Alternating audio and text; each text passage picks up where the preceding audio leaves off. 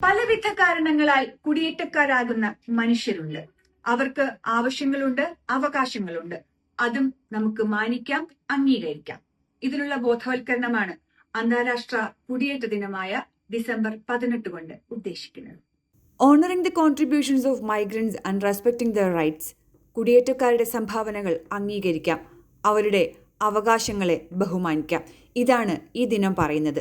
December 18 അന്താരാഷ്ട്ര കുടിയേറ്റ ദിനമാണ്. ലോകമെമ്പാടുമുള്ള കുടിയേറ്റക്കാരുടെ അവകാശങ്ങളും അന്തസ്സും സംരക്ഷിക്കേണ്ടതിൻ്റെ പ്രാധാന്യത്തെക്കുറിച്ച് അവബോധം സൃഷ്ടിക്കുകയാണ് ഈ ദിനാചരണത്തിൻ്റെ ലക്ഷ്യം. ദുരന്തങ്ങൾ, സാമ്പത്തിക വെല്ലുവിളികൾ, കടുത്ത ദാരിദ്ര്യം, സംഘർഷം എന്നിവ മൂലമുണ്ടാകുന്ന സ്വമേധയായോ അല്ലെങ്കിൽ നിർബന്ധിത മാറ്റങ്ങളെയുമാണ് കുടിയേറ്റമായി കണക്കാക്കുന്നത്. അവരവരുടെ രാജ്യത്തു നിന്ന് സ്വമേധയാ മാറുകയോ അല്ലെങ്കിൽ അവരുടെ ജന്മനാട് വിട്ടുപോകാൻ നിർബന്ധിതരാകുകയോ ചെയ്യുന്നവർ, അഭയാർത്ഥികളായി കുടിയേറ്റം ചെയ്യപ്പെടുന്നവർ. എന്നാൽ ഇന്ത്യയിൽ മാറ്റം വന്നിട്ടുണ്ട്.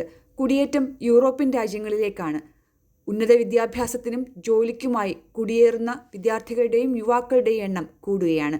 84 വർഷം മുൻപ് രൂപീകൃതമായ UN അംഗീകൃത ഇന്റർനാഷണൽ ഓർഗനൈസേഷൻ ഫോർ മൈഗ്രേഷൻ ദശലക്ഷക്കണക്കിന് കുടിയേറ്റക്കാർക്ക് സഹായം നൽകിയിട്ടുണ്ട്.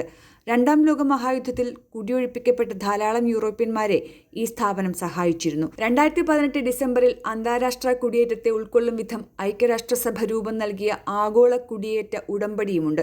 2016 അഭയാർത്ഥികൾക്കും കുടിയേറ്റക്കാർക്കുമായി നടത്തിയ ന്യൂയോർക്ക് പ്രഖ്യാപനത്തെ തുടർന്ന് 164 രാജ്യങ്ങളിൽ നിന്നുള്ള പ്രതിനിധികൾ ചേർന്ന് അംഗീകരിച്ചതാണ് ഈ ഉടമ്പടി. കുടിയേറ്റ സമൂഹത്തിന്റെ പ്രസക്തിയും നേരിടുന്ന പ്രശ്നങ്ങളിൽ ആഗോള സമൂഹം ഏറ്റെടുക്കേണ്ട തീരുമാനങ്ങളും കുടിയേറ്റ ഉടമ്പടി പറയുന്നുണ്ട്. News desk NTV.